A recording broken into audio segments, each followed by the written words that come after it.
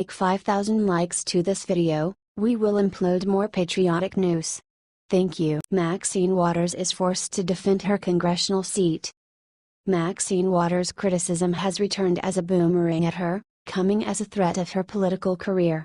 Past few months she was doing everything she can to finish President Trump, especially with Impeach 45 campaign. Now, she got a very bad news and her supporters like Whoopi Goldberg are trying to save her. Maxine Waters will be forced to defend her congressional chair in 2018 because, after 13 re-elections, her district is a mess, a high rate of poverty and criminal, unlike her life in wealthy mansion away from her voters. Omar Navarro, her opponent, until recently didn't have any chance to get the right amount of funds he needed for the effective campaign against Waters.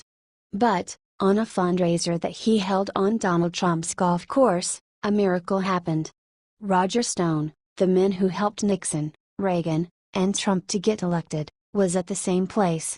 So here is the bad news that Maxine received. Stone said that he is officially going to work to get Navarro elected. This congressional race is different. This race is not about liberal or conservative. It's not about Republican or Democrat. It's about a corrupt public official. And a tough and young energetic reformer who will provide honest government, Stone stated to the public.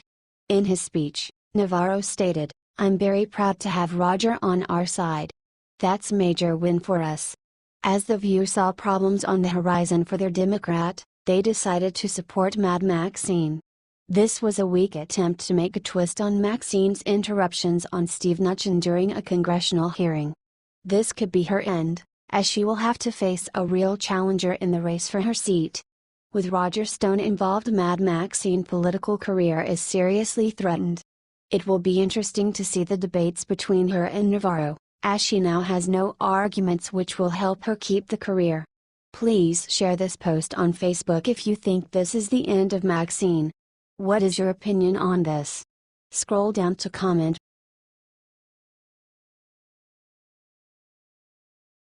With one sentence, James Wood shuts down Michelle Obama's pity party. Michelle Obama is an attractive, healthy and wealthy, Ivy League educated celebrity, wife, mother, and former First Lady of the United States.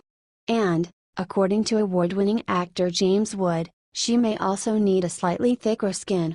Obama recently made headlines by complaining about some of the rough treatment she received as FLOTUS.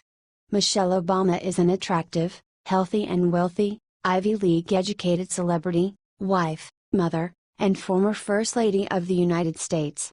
And, according to award-winning actor James Wood, she may also need a slightly thicker skin. Obama recently made headlines by complaining about some of the rough treatment she received as FLOTUS. Obama specifically referenced how racially charged attacks, like ones that called her an ape and focused on her body, personally hurt her. This is far from the first time Michelle Obama, who, before she went on to Princeton and Harvard, grew up in a middle-class neighborhood with a stay-at-home mom, and a dad who worked as a Democratic precinct captain, has complained about the toll racism has taken on her. In a thesis she wrote as an undergrad, she complained, "My experiences at Princeton have made me far more aware of my blackness than ever before. I have found that at Princeton, no matter how liberal and open-minded some of my white professors and classmates try to be toward me, I sometimes feel like a visitor on campus, as if I really don't belong. Regardless of the circumstances under which I interact with whites at Princeton, it often seems as if, to them, I will always be black first and a student second. These experiences have made it apparent to me that the path I have chosen to follow by attending Princeton will likely lead to my further integration and/or assimilation into a white cultural and social structure that will only allow me to remain on the periphery of society, never becoming a full participant." This is a theme that she has carried with her her entire life, including at this commencement speech she gave to a black audience at Tuskegee University. Award-winning actor James Woods isn't in the mood to shed any tears over Michelle Obama's life, apparently. Responding to the tweet commenting on Mrs. Obama's horrific struggles as First Lady, Woods responded with this savage comeback. Woods has a good point. As we are taught, rejoice evermore. Pray without ceasing. In everything give thanks, for this is the will of God in Christ Jesus concerning you. 1 Thessalonians 5:16-18. Michelle has so far had a blessed life, more so than even most whites. It would benefit her, and her fellow African Americans, to speak more about the many wonderful opportunities and experiences she has had in this country, rather than continuing bemoaning her experiences with racism.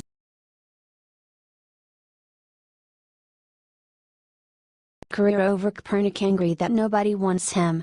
What's your response? All throughout last season, San Francisco 49ers quarterback Colin Kaepernick made a spectacle of himself. Now he's complaining that no one wants to hire him. According to several different outlets, Kaepernick, who is now a free agent for the first time in his career, is getting the cold shoulder from the league's many organizations. One anonymous AFC general manager chalked Kaepernick's cold reception up to three things: 1. He can't play at a high-performance level anymore; 2. Owners fear his presence will cause a backlash among the fan base; and 3. Owners and organizations simply hate him. Expanding on the third point, the unnamed AFC general manager said, "They, the NFL owners, want nothing to do with him. They won't move on. They think showing no interest is a form of punishment. I think some teams also want to use Kaepernick as a cautionary tale to stop other players in the future from doing what he did." Beginning during the preseason, Kaepernick began kneeling or sitting during the playing of the national anthem. When this disrespect was noticed, Kaepernick was all too eager to explain himself to the media. Kaepernick essentially parroted the verbal garbage of Black Lives Matter in protesting against racial discrimination and police brutality, via CBS News. Kaepernick further highlighted his political ideology by attending press conferences in outfits referencing Malcolm X and Fidel Castro. In a celebrated moment during the 2016 season, Kaepernick's public adoration of the communist dictator Castro, as someone who improved Cuba's racial relations and its literacy rate, earned him an enemy in Kiko Alonso. The Dolphins linebacker, who is Cuban American, said that Kaepernick's actions created feelings of bad blood between the two. Via the Washington Post. When Alonso sacked Kaepernick during the fourth quarter of a game that was held right after Castro's death, he became an instant hero to Americans of all stripes. One of the more underreported parts of the last year's Kaepernick drama was his relationship with Islam. Specifically, in August of 2016, conservative blogger Pat Dollard revealed that Kaepernick's social media posts indicated that he had converted, via patdollard.com. Dollard chalked up this interest in the virulently anti-American faith to Kaepernick's girlfriend, radio personality Nessa Diab. Diab, a Muslim, is known for her support of Black Lives Matter. Frankly, who cares what happens to Kaepernick? If anything, his actions last year served as a wake-up call to millions of Americans suffering from pro football addiction. Kaepernick exposed the fact that many of our overpaid athletes hate Middle America and willingly promote gangsterism, Islam, and black radicalism. Good.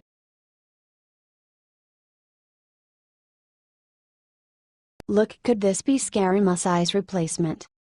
After just 10 days on the job, Anthony Scary Musai was fired from his role as White House Communications Director.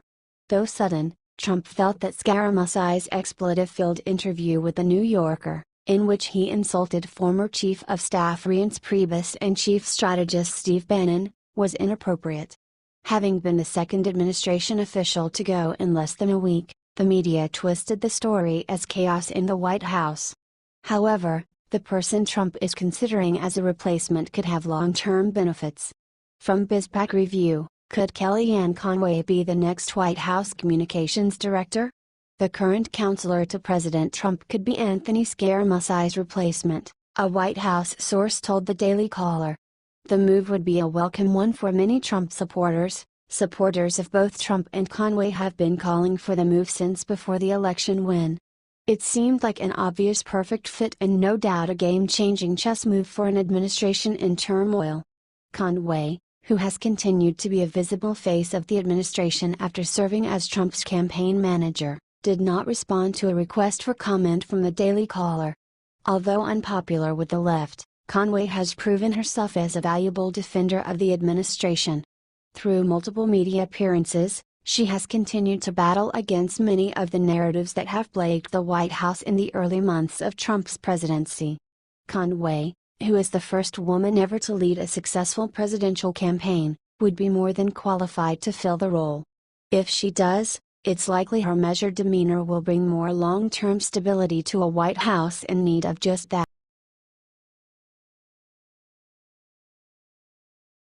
Breaking House GOP issued bombshell demand to Mueller, do you agree?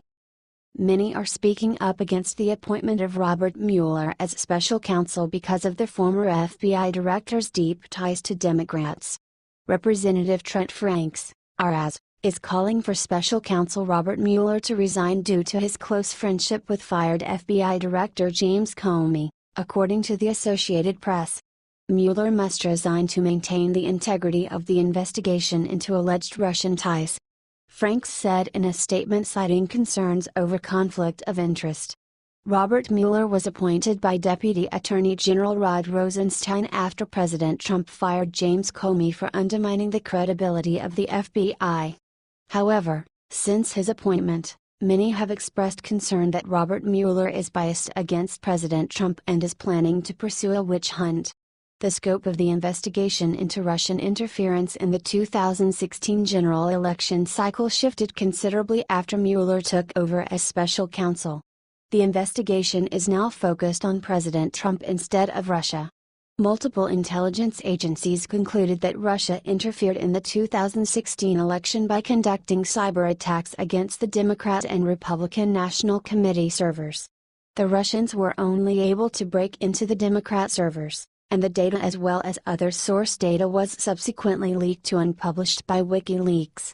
Even top-ranking Democrats serving on committees investigating Russian interference admit that there is zero evidence connecting President Trump to Russian interference.